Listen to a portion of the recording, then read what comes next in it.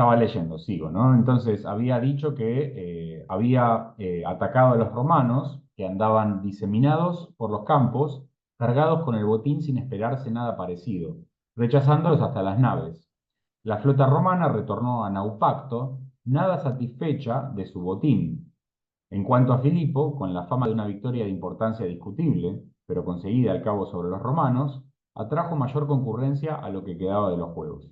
Bueno, acá claramente lo que tenemos es una referencia ya a el periodo de los juegos nemeos.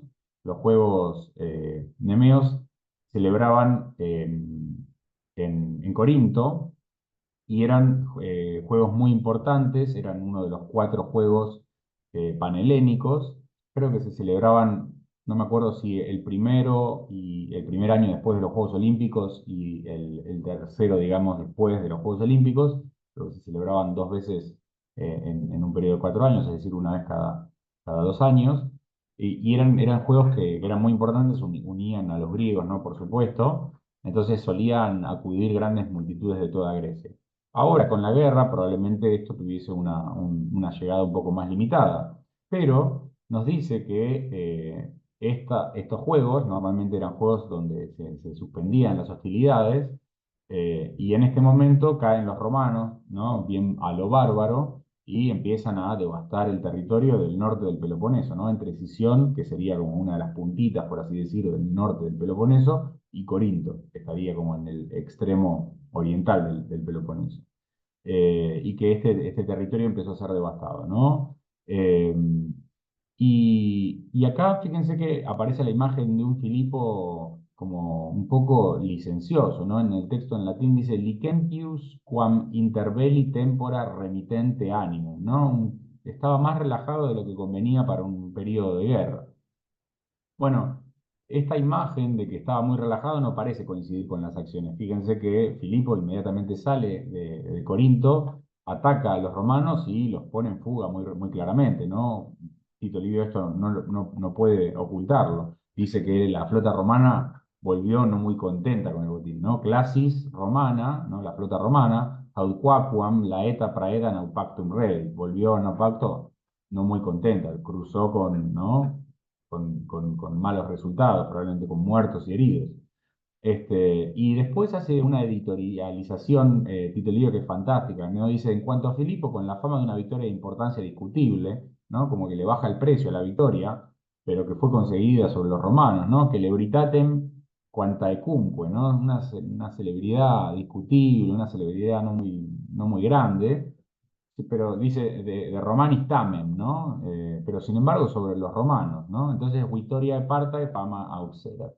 Atrajo mayor concurrencia de lo que queda de los juegos. Así que acá tenemos una adaptación interesante en otro sentido. Vemos como Tito Livio no puede negar la victoria de los macedonios sobre los romanos, pero lo que puede hacer es bajarle el precio. Y acá tenemos de vuelta esto de lo que decía Peter Burke, ¿no? Cómo se recuerda y por qué, y entonces ver estas distintas formas de recordar un mismo hecho. Eh, Seguimos un poquito más porque ahora viene, a mi entender, quizás lo que es más interesante del libro 27, que es la conducta de Filipo una vez que vuelve a Argos. Perdón, los juegos de Nemea ahora creo que estoy confundido, pero puede que hayan sido en Argos y no en Corinto, ¿sí? Después lo podemos chequear.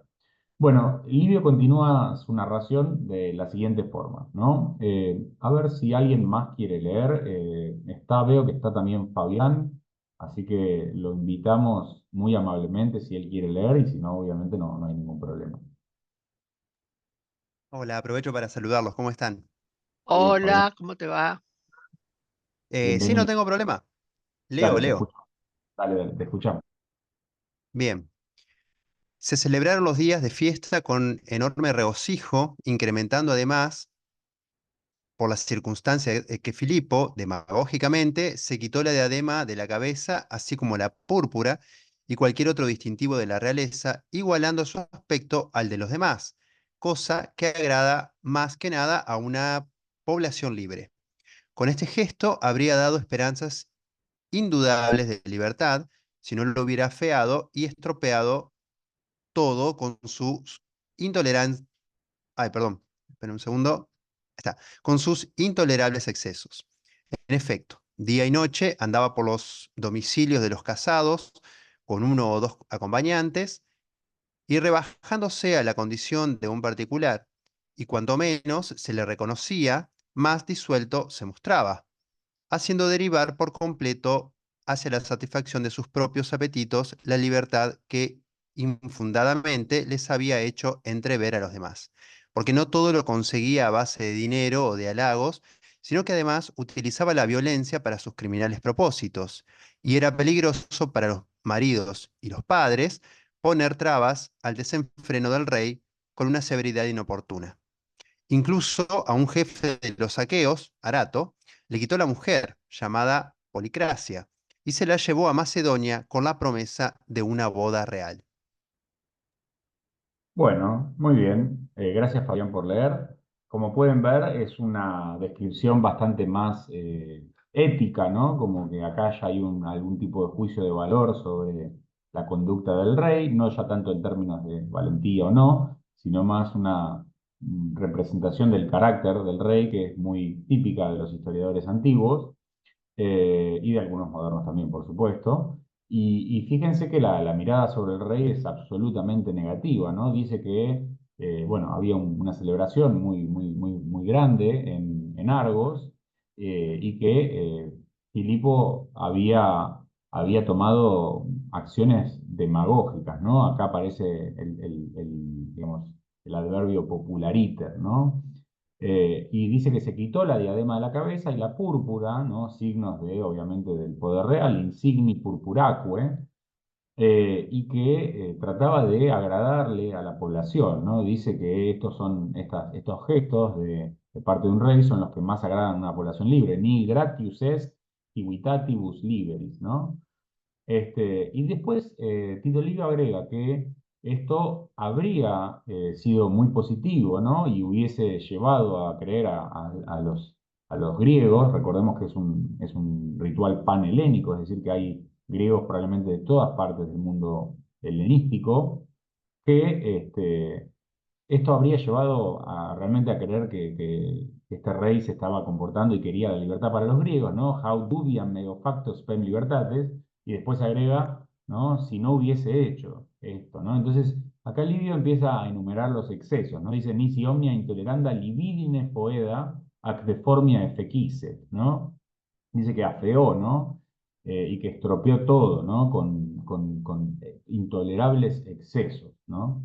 Entonces, ¿cuáles eran esos excesos? Bueno, Livio, que es un historiador sumamente moralizante y sumamente, hasta podríamos llamarlo, quizás sea un poco fuerte, un poco pacato, ¿no? Como en general tiende la moralidad de Livio ha sido estudiada bastante por algunos autores que muestran justamente que Livio es bastante recatado en cómo narra, sobre todo en lo que tiene que ver con ciertas conductas femeninas, por ejemplo. Entonces, fíjense que es bastante elegante al describir lo que está haciendo Filipo, pero si leemos entre líneas nos podemos dar cuenta que básicamente Filipo estaba haciendo cualquiera, ¿no? Diríamos hoy.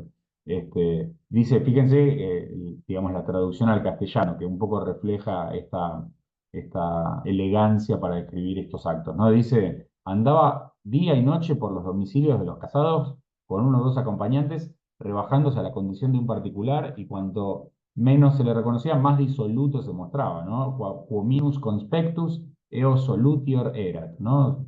Es bastante, digamos, neutral, es un tono bastante gris, ¿no? Como que no da demasiado detalle. Y después dice, haciendo derivar por completo hacia la satisfacción de sus propios apetitos, ¿no? Esta idea de que estaba satisfaciendo sus apetitos sin aclarar del todo a qué está haciendo referencia, ¿no? La libertad que infundadamente les había hecho entrever a los demás, porque no conseguía, a base de dinero, de halagos, todo, sino que utilizaba la violencia para sus criminales propósitos, ¿no? Vi metiam flagitis adibebat, ¿no? Criminales flagitum, ¿no? Y era peligroso para los maridos y los padres, virite parentibus, ¿no? Entonces, poner trabas al desenfreno del rey. Acá está la idea un poco de que la cosa va por la cuestión sexual. Y después, bueno, nos da un ejemplo concreto de que evidentemente esto se trata de cuestiones de desenfreno sexual, desde un punto de vista de la moralidad augustea, no está bueno esto, ¿no? Hay una serie de trabajos muy importantes sobre la moralidad en el periodo de Augusto, a la que pertenece Livio, por supuesto, ¿no? Y dice, incluso a un jefe de los aqueos, Arato es, digamos, es amigo personal del padre de Polibio y una de las grandes figuras del periodo helenístico. Plutarco tiene una vida de Arato, y probablemente haya sido la fuente principal de Polibio para estos años y sobre todo para los años anteriores. Bueno, dice que le quitó a la mujer, Policracia. Policracia, sabemos, fue efectivamente la mujer de Filipo V y probablemente la madre de sus hijos, entre los cuales estaba Perseo de Macedonia. Con lo cual, una figura importante. Es la única vez que tenemos acá, digo, en la obra de Polibio no tenemos su nombre, pero acá en la Tito Livio nos acerca muy amablemente el nombre de esta mujer, con lo cual la podemos ubicar con más detalle. Bueno, como podemos ver, la descripción de Tito Livio es bastante moderada, es crítica, pero es bastante moderada. ¿Por qué me detuve bastante en esto? Porque ahora vamos a ver lo que dice Polibio del mismo hecho. Bueno, seguimos en los abusos de Filipo y lo que vamos a tener entonces es la versión... Una cosa, Sí, te escucho, María, dime. eh, lo que le hizo Arato es parecido a lo que Agamenón le hizo a Aquiles a inicio de la Odisea. Le sacó a la mujer, claramente. Ah, Sí, no había pensado en el rapto de Briseida, pero sí, puede ser. Es claro, como no una... era la mujer, pero sí era como una doncella que se le había entregado, Sí, pero bueno, sí, es parecido. una cautiva, ¿no? Muy bien, esa no había pensado, pero podría ser como una especie de alusión. Interesante. Muy bien, me encantó el comentario. Es para pensar, ¿eh? Bueno, vamos a seguir con lo que dice acá Polibio, porque afortunadamente, y por eso me detuve bastante, tenemos la versión griega, y para mí acá es como había pasado antes con los episodios del libro 26. Para mí hay una clara confirmación de que evidentemente hay una fuente griega en el fondo de todo esto. Esa fuente es Polibio. Y para mí lo que esto demuestra es que acá, digamos, acá sí le doy la razón a Levene cuando dice Polibio, Tito Livio está con el libro de Polibio enfrente y está produciendo su texto con ese libro y pensando en ese libro. Y acá ya no es una cuestión de que hay alusiones, sino que es una fuente directa, ¿no? Entonces, vamos a leer lo que dice Polibio sobre esto. Berta, ¿te gustaría leer el texto? No sé si salió, por ahí salió Berta. Ah, no, Ah, está. perdón, el tema no salió porque en la zona hay algunas interrupciones con internet de Fivertel que están haciendo unos arreglos y hay algunas cositas que me he perdido, como por ejemplo el último comentario de Mailén. Y me habrás preguntado si leo, seguro. Exactamente, si vos querés Ok, y... ok, sí, sí, sí, No cómo pasa no. nada. Con mucho gusto. Bueno, entonces, después de los Juegos Nemeos, Filipo, rey de Macedonios, regresó a Argos. Se despojó de la diadema y de la túnica púrpura. Todiadima que po- porfiran a Peceto, porque pretendía asemejarse a los hombres corrientes y ser más accesible y popular. Pero a medida que usaba los de ropajes más sencillos, se arrogaba un poder cada vez mayor y más tiránico. No se limitaba a tantear a las viudas, ni las satisfacía totalmente fornicar con las casadas. No se sino que mandaba que acudiera a él cualquiera que se le ofreciera a la vista. Afrentaba notoriamente a las que no le inmediatamente enviándoles serenatas. Llamaba a sus Ahí me maridos. parece que me comí algo del texto, por eso falta algo ahí, Sí, ¿sí? no hay una sincronización. Exactamente, ahí Sí, me faltó una a leer me di cuenta, pero bueno. Llamaba a sus maridos e hijos y los alarmaba con pretextos sin base. Demostró gran locura e insolencia. Por sus alardes de excesiva licencia, durante una estancia en la región, molestó sin tregua a muchos aqueos, en su mayoría hombres modestos. Constreñidos por la guerra que los amenazaba por todas partes, Los aqueos se veían forzados a aguantarse y a soportar aquello tan antinatural. Ninguno de los reyes anteriores a Filipo aportó cualidades superiores a las de él a su reino, pero tampoco vicios peores. Me parece que sus cualidades eran congénitas y que los vicios le sobrevinieron a medida que se iba haciendo mayor. Lo mismo que pasa con los caballos viejos. Polibio 10:26. Bueno, muchas gracias por leer, Berta. Bueno, Por como pueden nada. ver, la descripción de Polibio, la narración está bastante, es como un retrato, ¿no? Moral, es bastante más colorida. Incluso cuando uno va al texto griego ve que los términos son un poco más fuertes, son un poco más intensos, y que Livio hizo como un trabajo de, ¿no? Como suavizar un poco el vocabulario, ¿no? Entonces, bueno, vemos que el episodio es exactamente el mismo, con algunas pequeñas diferencias, ¿no? Literalmente dice lo mismo al principio, dice, se despojó de la diadema y de la túnica púrpura, ¿no? En griego es to diadema kaiton porphyrion apéfeto, porque quería ser más como los hombres corrientes y más accesible y popular, ¿no? Bulómenos autón, ison ton polois, ¿no? Igual a la muchedumbre o a los muchos, ¿no? Kai praon, tina kai demoticon, hypografen, ¿no? Entonces, acá el término sería demoticón, ¿no? Popular, quería volviéndose igual a la multitud y más popular, ¿no? Entonces, es parecido a este populariter que había usado Tito Livio. Acá no habría demasiadas diferencias. Lo que empieza a cambiar es en cuando entramos en detalles, ¿no? Acá en los detalles, Polibio es un poco más crudo en su descripción. Dice, a medida que usaba de ropajes más sencillos, se arrogaba un poder cada vez mayor y más tiránico, ¿no? Ten exousian, exousia es poder, ¿no?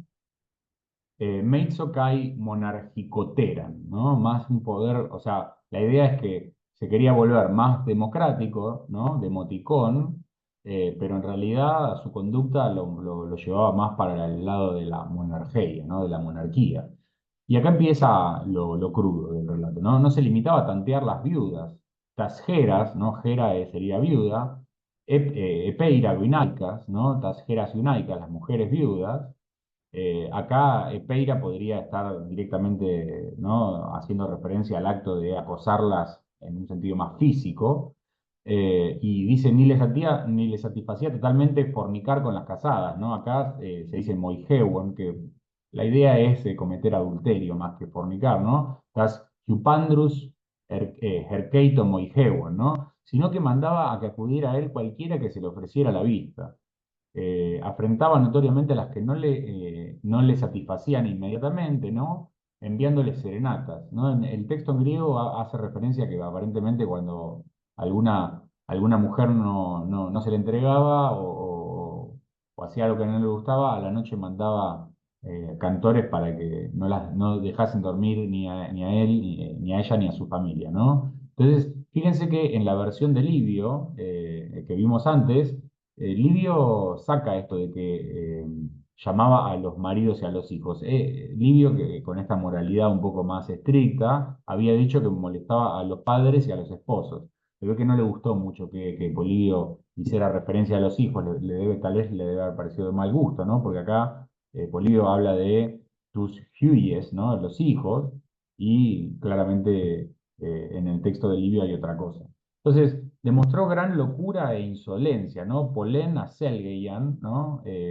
Mucha locura paranomía, ¿no? Como paranomía da la idea de que iba en contra de las normas establecidas. Y finalmente dice que molestó a la mayor parte de los saqueos que no tuvieron otra cosa, acá nos da un detalle, ¿no? Dice que básicamente los saqueos se la bancaban porque estaban acosados por los enemigos, los etolios, los romanos, los eleos, los lacedemonios, estaban totalmente rodeados y no les quedaba mucho, ¿no? Entonces tenían que soportar esto que era completamente antinatural, ¿no? Dice, Ferenta para physin, ¿no? En contra de la naturaleza. Y finalmente, Polibio hace algo que hace frecuentemente con Filipo, que es mostrarlo como un rey que tiene realmente cualidades buenas, que es un rey que realmente podría haberse destacado, pero que estaba viciado, ¿no? Y estaba viciado de origen, dice Polibio, ¿no? Que tenía cualidades que eran congénitamente malas, porque le pasó lo mismo que a los caballos viejos, ¿no? Acá es bastante bastante fuerte, ¿no? Al hablar. Probablemente esto de los caballos viejos quizás sea un juego con el nombre de Filipos, ¿no? Recordemos que Filipos significa el que ama los caballos, o no, hace referencia a esto, ¿no? Entonces, por ahí es un juego de palabras, por ahí no, yo no lo sé la verdad, pero evidentemente acá le está pegando con todo a Filipo. Bien, bueno, no sé si hay alguna pregunta sobre esto, si no podemos seguir. Bueno, seguimos. Bien, vamos a ver ahora, a continuación, vamos a hacer referencia a cómo continúa el texto latino, al texto de Tito Livio, ¿no? Porque si volvemos al texto romano, nos encontramos con más información que de vuelta. Sería bastante sorprendente encontrar en un autor como Tito Livio, patriota, que quiere contar la historia del pueblo romano y que de repente parece que se enloquece y pasa a contar la historia del pueblo griego. Pero eso es exactamente lo que tenemos acá a continuación, ¿no? Básicamente, casi todo este capítulo, fíjense que está mucho más centrado en la mirada, el punto de vista, los hechos mirados desde Grecia que desde Roma. Los romanos obviamente aparecen acá, pero son claramente en este libro, en este pasaje, son personajes secundarios, ¿no? Entonces, si le hacemos caso a Trencle, tendríamos que explicar por qué esto pasa, y a mí me parece que justamente que él se equivoca y por eso podemos decir que Polibio era la fuente acá, ¿no? Eh, bueno, esto lo leo yo. Tito Livio continúa con lo siguiente. Dice, con este vergonzoso comportamiento pasaron las fiestas de los Juegos Nemeos. Transcurridos unos pocos días más, se fue a Dimas a expulsar una guarnición de tolios que los eleos habían pedido y acogido dentro de la ciudad. Cerca de Dimas, le salieron al paso al rey los aqueos con Cicladas, que tenía el mando supremo, inflamados de odio contra los eleos porque no hacían causa común con el resto de los aqueos, y llenos de hostilidad contra los etolios porque los consideraban responsables de haber atraído sobre ellos la guerra de los romanos. Reuniendo sus tropas, salieron de Dimas y cruzaron el río Larizo, que divide el territorio eleo y el de Dimas. El primer día de su penetración en territorio enemigo lo dedicaron al saqueo. Al siguiente se acercaron a la ciudad en formación de combate, enviando por delante tropas de caballería que cabalgasen ante las puertas para provocar a los etolios, pueblo siempre dispuesto a las salidas. Acá me gustaría mencionar un pequeño problema historiográfico o histórico, si se quiere, que es el problema de Dimas. Esta ciudad era una ciudad que se encontraba dentro de la Liga Aquea, era parte de esta liga y había fundado, o por así decir, había refundado esta liga que había existido ya anteriormente y estaba justo en el límite entre lo que sería digamos, esta liga y la Liga de los Eleos. La Liga de los Eleos es la liga que incluía digamos, Elis, la ciudad de Elis, y también el santuario de Olimpia, es decir, lo que hoy sería el oeste, el occidente del Peloponeso. Esta ciudad presenta un problema histórico porque nosotros vemos que este Filipo, este rey de los macedonios, va hasta Dimas a expulsar una guarnición de los etolios que estaban adentro de la ciudad. Pero esto es algo contradictorio porque por la evidencia epigráfica y por los otros tipos de evidencia literaria, nosotros sabemos que en este periodo Dimas pertenecía a la Liga de los Aqueos y que no había sido ocupada. Al menos Tito Livio nunca menciona que esta ciudad haya sido ocupada, y después encontramos información en esta ciudad como una ciudad saqueada por los romanos, pero las referencias parecen hacer mención a un saqueo posterior, no anterior. Entonces acá hay un problema histórico que, bueno, espero que algún día alguien lo pueda resolver, por ahí se encuentra algún tipo de inscripción. Pero bueno, vemos que Tito Livio hace mención a esta ciudad y que nos dice que la ciudad estaba ocupada por los eleos, ¿no? Dice ad praesidium aetolorum, quod ad eleis, ahí hay un error, ad quitum adceptum, que in urben erat eiecendum, ¿no? Y dice que nos da el nombre del magistrado de los aqueos, Cicladas, y nos dice que estos estaban enojados con los eleos porque no se habían unido a ellos. Entonces acá de vuelta, Tito Livio, recuerden, nunca nos había dicho que los eleos estaban aliados a los romanos o que habían participado de la guerra, por lo cual este es un terminus post quem, es decir, tiene que haber ocurrido antes de esto la alianza con los eleos, que no, él no menciona. Bueno, texto nos muestra otro conflicto, otro combate, y también nos da algunas precisiones geográficas que probablemente desde el punto de vista griego no fueran del todo necesarias, ¿no? Nos dice, este río está entre esto y divide tal y tal región, con lo cual probablemente haya una edición del texto de Polibio, ¿no? Bien, vamos a seguir con la narración, ya acercándonos hacia el final de lo que sería esta primera parte de la clase, que tiene que ver con lo histórico, en donde nos cuenta que los romanos, viendo que el rey se encontraba atacando a esta región de los Eleos, va a responder, ¿no? Publio Sulpicio Galba va a responder y se va a sumar al conflicto de la siguiente manera. No sé si, Mailén, si querés leer, así Sí, claro. dale, te escucho. A ver. Ignoraban que Sulpicio había cruzado de Naupacto a Silene con 15 naves y, después de desembarcar 4.000 hombres durante el silencio de la noche, para evitar que la columna fuese vista, había entrado en Élide. Lo inesperado de esta acción provocó el pánico, terrorem, consiguiente cuando entre los etolios y eleos aparecieron enseñas y armas romanas. Al principio, el rey quiso retirar a los suyos. Después, iniciado ya el combate entre etolios y los trales, pueblo ilirio este, Iliriolum id est genus, al ver a los suyos en un aprieto, cargó también el propio rey contra una cohorte romana con su caballería. Entonces su caballo, traspasado por una jabalina, despidió al rey por encima de la cabeza, dando con él en tierra, y se suscitó una lucha encarnizada por ambas partes al lanzarse sobre el rey los romanos y protegerlo la guardia real. También él se batió brillantemente, insignis et ipsius pugna fuit, forzando a combatir a pie entre los jinetes. Luego, como la lucha era ahora desigual y en torno a él caían o eran heridos muchos, los suyos lo cogieron y lo montaron sobre otro caballo y huyó. Alteri equo iniectus fugit. Aquel mismo día acampó a 5 millas de la ciudad de los Eleos. Al día siguiente, marchó con todas sus tropas a una fortaleza cercana de los Eleos llamada Pirgo. Eliorum Castellum Pirgum Vocant, donde había oído que por miedo se había refugiado con su ganado un gran número de campesinos. Esta multitud desorganizada e inerme, eam inconditam in hermemque multitudinem, cayó en sus manos en el primer movimiento de pánico producido por su llegada, y con semejante botín compensó de alguna forma la vergüenza sufrida en Élide.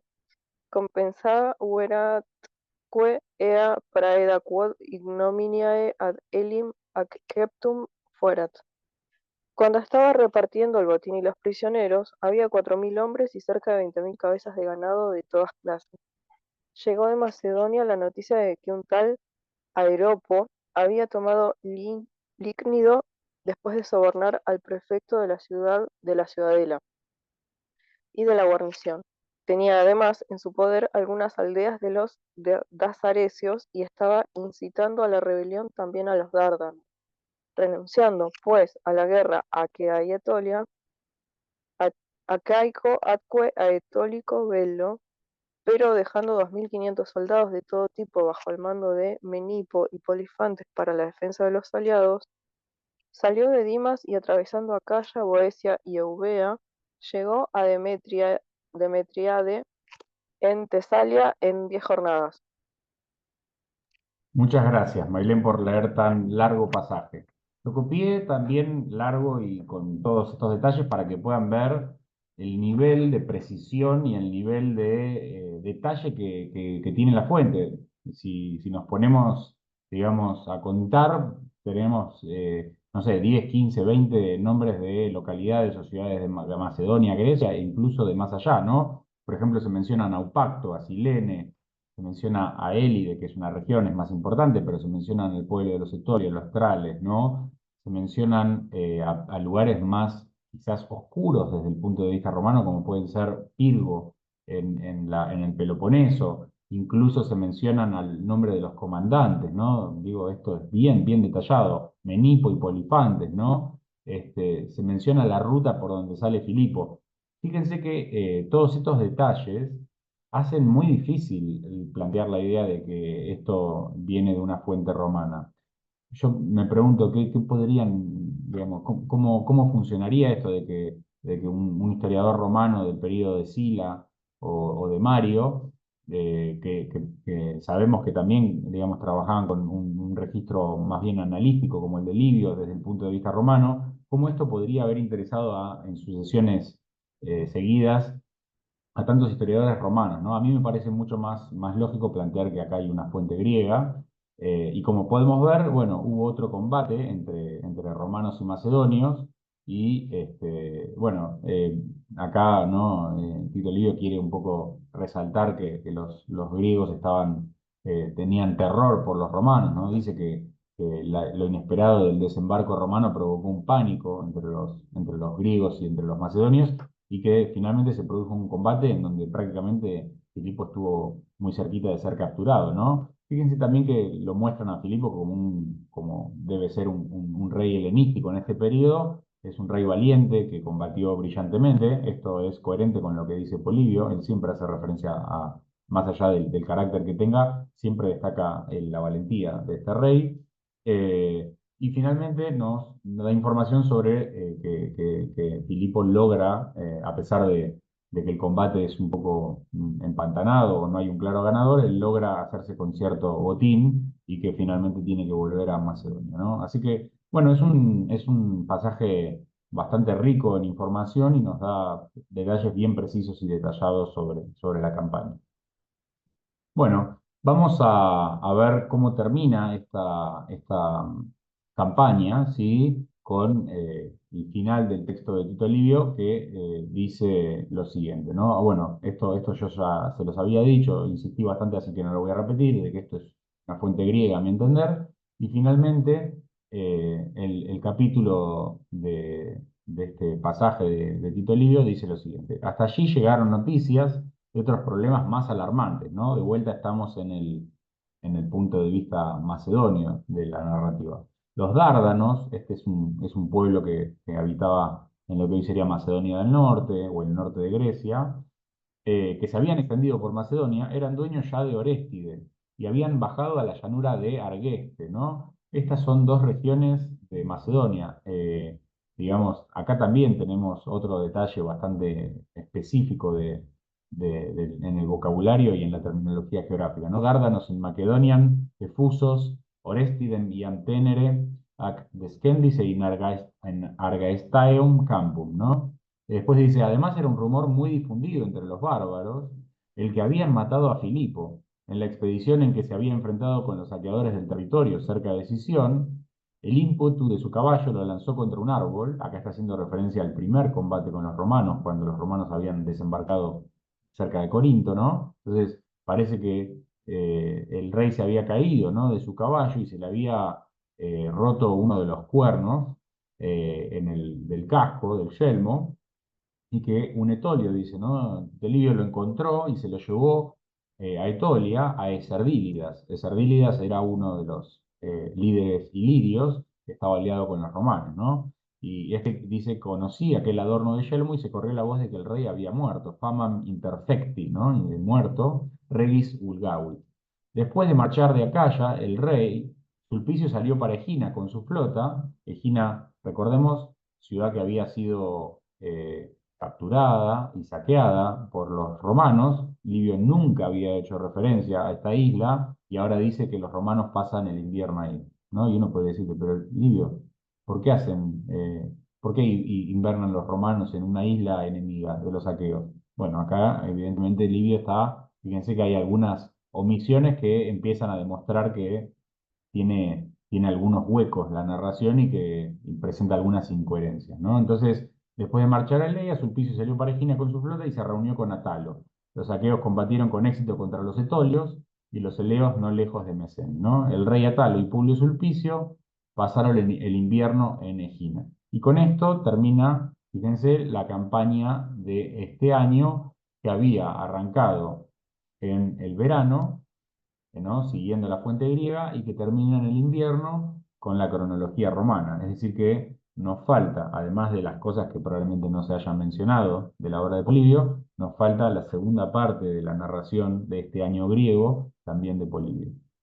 Bueno, eh, digamos, con esto terminaríamos la parte historiográfica, así que no sé si tienen alguna pregunta. Ahora, digamos, lo que queda del tiempo lo vamos a dedicar a hacer algunas reflexiones finales sobre la teoría que había presentado para este curso y tratar de conectar un poco eso con lo que estuvimos viendo hasta acá.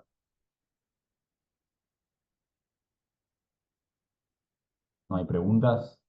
Bueno. Entonces, vamos a hacer algunas reflexiones finales que tienen que ver un poco con lo que comentamos en la primera clase de este curso, con un grupo de intelectuales, de académicos que reflexionaron sobre la memoria y los usos de la memoria, y la memoria tanto individual como la memoria colectiva, como la memoria histórica, sus problemas, sus usos, sus limitaciones, y bueno, sobre eso vamos a hablar ahora. Bueno, este hombre que tienen en pantalla es Maurice Holbach. Nosotros hablamos de él cuando comenzó el curso. Dijimos que Holbach era una persona muy importante en todo lo que tiene que ver con los estudios de la memoria, porque él había, por así decir, siguiendo los pasos de Henri Bergson, que había sido su maestro, que había digamos, un protosociólogo que había indagado muy fuerte en todo lo que tiene que ver con la psicología.